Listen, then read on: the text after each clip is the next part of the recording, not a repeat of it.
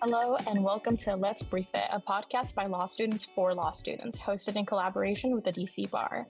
I'm Prisila Otazo, a first-year law student at the University of the District of Columbia, David A. Clark School of Law. Today, we're diving into how the next generation of lawyers is reshaping the legal profession. Joining me is Apollo Yong, an attorney at Squire Patton Boggs, who will share insights about his journey, the evolving workplace culture, and advice for law students like us aspiring to make an impact. Apollo, thank you for being here. Let's start with a little bit about you.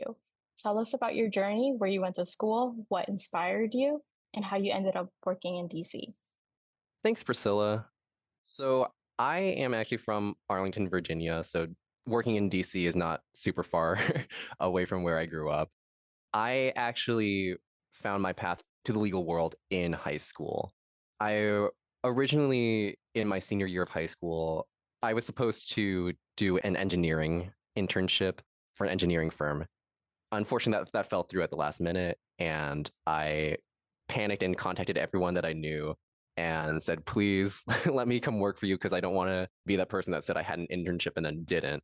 So I ended up contacting my piano teacher at the time, her grandson, who was the clerk of the court for Arlington County. And I ended up working in the clerk's office at the Arlington County Courthouse. And at first I thought I was going to hate it because it had nothing to do with science and it had nothing to do with what I originally saw myself doing. But I realized from that internship that I really loved working in the courthouse and reading briefs and being in the courtroom and hearing oral arguments. So I realized that's what I wanted to do. So I went to college at UVA, University of Virginia, and I actually returned to work for the clerk's office back in Arlington after I graduated. And then while I was working at Arlington Courthouse, I started going to law school part-time at George Mason University, the Antonin Scalia Law School. And I switched from the evening program to the day program. So I did the traditional 3 years, even though I started out in the evening program. After that, I clerked for a year in New Orleans at the U.S. Bankruptcy Court for the Eastern District of Louisiana. And now I'm working at Squire Patton Boggs in the DC office. Thank you for sharing, Apollo. It's always fascinating to hear how attorneys make their way to the legal industry. Looking back at law school, are there any classes you wish you had taken that would better prepare you for your current practice? Sure. So since I am in litigation, I would have absolutely taken evidence as a course back in law school. The advice that I had gotten while I was in law school was that you didn't really need to take the courses that are on the bar exam because you'll learn all of those for the bar exam themselves anyway. But in retrospect, I definitely would have taken evidence and other courses that are tested on the bar exam just to have at least that basis so that way you're not learning it all completely anew for the bar exam. And then, especially if you're going into litigation, evidence is a huge part of it. So that's what I would say would be a class I would definitely recommend taking in law school. Wow, well, thank you for that. I have actually heard that quite a lot, so it's great to hear you're reaffirming that. It seems like evidence and sometimes tax law is also another one that people say is, if you never go into it, it's still pretty interesting to do. Sure, sure. When you were participating in recruitment, did employers emphasize the specific skills or qualities? Were any of these surprising or different from what you expected based on your law school training? Yeah, so probably the biggest thing that they're looking for is strong writing skills. Often that is signaled by being on a law review, whether it's your school's flagship law review or another journal in your school. And they also might look for things like moot court or trial advocacy groups as evidence for your writing skills as well as oral advocacy, particularly in recruitment too. And this is mostly applicable for people who are interested in clerkships. Something that employers are looking for is how you interact with other people. If you are a person that they enjoy working with, if you're a likable person. And in the context of a clerkship, where a judge is hiring you for a year or perhaps even longer, they are looking for someone that they feel comfortable with. So not only do you need to have the grades to show that you are a hard worker, you also need to have a good personality, let's say, to make sure that you can mesh well with the work environment, especially in a small place like Chambers. Well, it's good to know what stands out beyond grades and resumes. I think it's important to remind ourselves as law students that being a well-rounded candidate is also really important. I've definitely heard getting along with who the person you work with and being personable and just kind overall is such a great attribute. For law students aspiring to work at a major law firm, can you paint a picture of what a typical day looks like for you? Sure. So I'm still relatively new at my law firm, but as a young associate, usually what my day looks like is I might get an email or some other communication from one of my partners who gives me a work assignment. And that is what I'll do for, if not all day, the majority of the day. Those assignments, you might have multiple ones at the same time. So you have to juggle a couple responsibilities. And you also, at least in the law firm world, you have to keep track of the time known as billable hours. So it's important to manage your time as well as keep track of it. So that way you can report back to your partner or partners what work you did, how long you did it for, because that time will eventually be sent to your clients as a bill. I see. Okay. And picking back on that same topic, typically when you work with a partner, are you working with several people in the firm or is it typically one-on-one with that partner? At least at my firm, it's usually one partner and then several other associates. For larger cases, there might be multiple partners on it and even more associates. My firm, Scarpat and Boggs, has offices all across the country and all over the globe. So we might actually be interacting with associates and partners that aren't in our home office. They might be somewhere else in the US or even in one of our international offices, like in the UK or somewhere in Asia.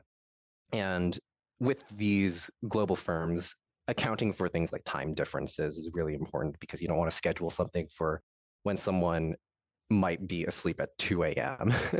So just putting yourself in someone else's shoes is important for scheduling those types of meetings.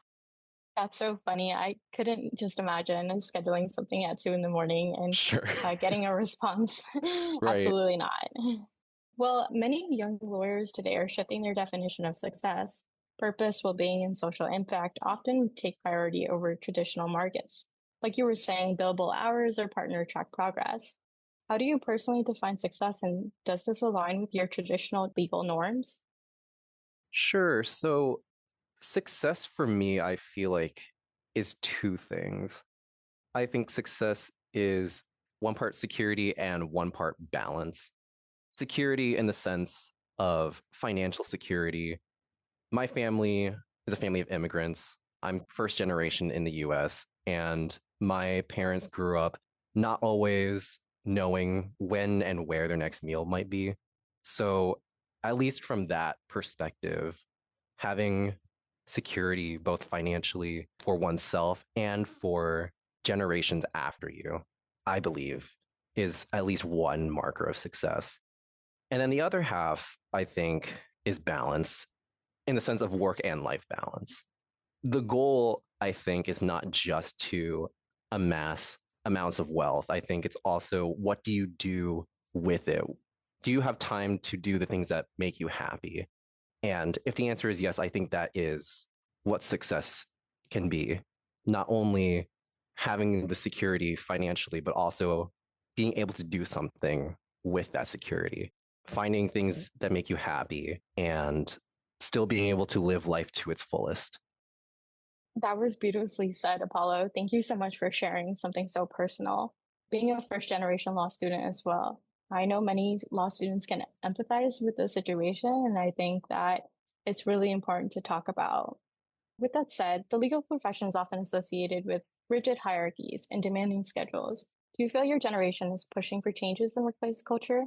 Are there any specific shifts like autonomy or less hierarchy?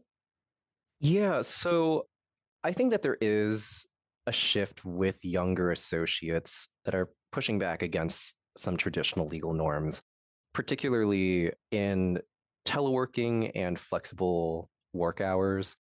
I went to law school in the midst of COVID.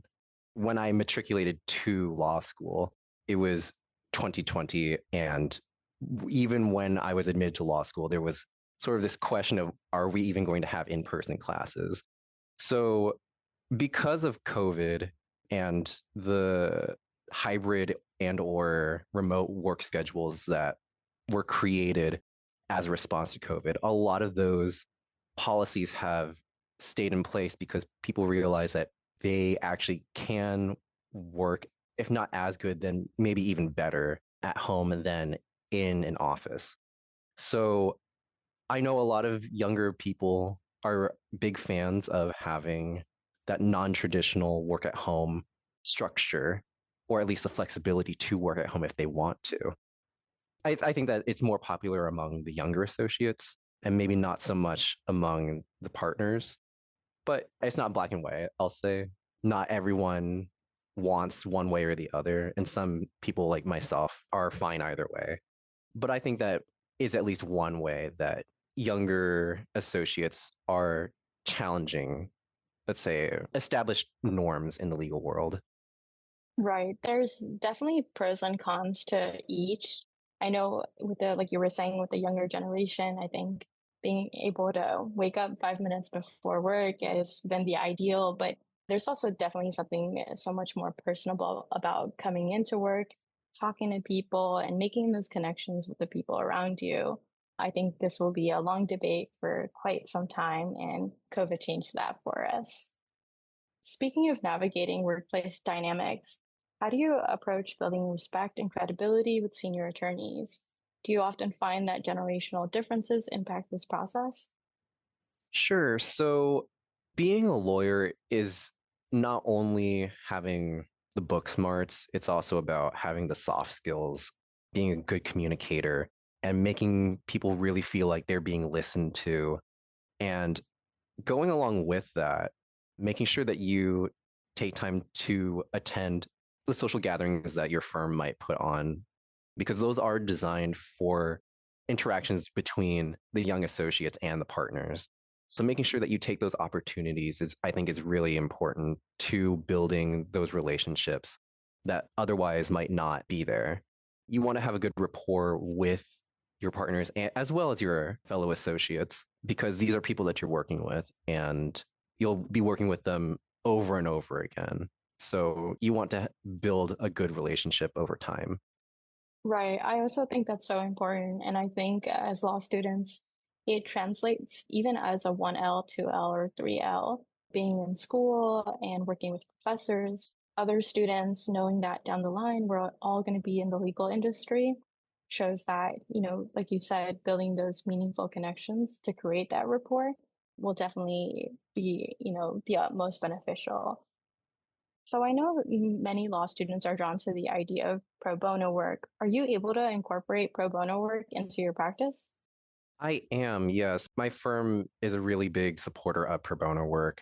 A certain number of our hours that we do pro bono each year actually count toward our billables, which not every firm does. So if pro bono work is something that a student is interested in, definitely look for employers that encourage that actively, like my firm does. It's encouraging to hear firms support attorneys who do pro bono work as a service to the community. Do you think there's anything else law students should know at this time, being in a competitive area, but also trying to get the most out of their experience? What I'll say is, I'll share a piece of advice that I was given recently by another attorney at my firm. What she said was pay your student loans off as soon as possible. You want to have the financial freedom to do what you want when you want to, whether that means saving up money to buy a house, maybe take a trip that you've always wanted to take. When you have that financial freedom, it means the world. And especially in a time when student loans are skyrocketing in comparison to generations before us. It might be one of the biggest hurdles to younger people's financial goals. So that's the advice that I was given, and I really took that to heart. You really do want to have that off your shoulders as soon as possible. So maybe cutting back in parts of your expenditures so that way you can make those payments to pay off student loans if you have any. That's probably the best advice that I've been given. Honestly, that's so great to hear that law students should be thinking about both the short term and long term perspective of things because I think sometimes, and I can speak for myself while I say this, sometimes I look at where I will be in 5 years, but I think it's important to also note that it takes time and it's important to also focus on well being and security and balance and all these things you were talking about, right? Yeah. Apollo, thank you so much for sharing your journey and insights with us. For our listeners, I hope this conversation has inspired you to think critically about your own goals and the values you'll bring into your legal career. Until next time, this is Let's Brief It, where we bring the law school community closer to the profession we're all preparing to join. Thank you for listening. The DC Bar law student community strives to engage and support law students before you graduate and expose you to the tangible benefits of joining the DC Bar and DC Bar communities. Curated programming allows law students to participate in leadership trainings, substantive content programming, networking with practicing attorneys in fields of interest, writing opportunities, and other activities designed to expand your legal education beyond the classroom. Make an investment in your legal career by joining the law student community. To learn more, visit us at www.dcbar.org or email communities@dcbar.org.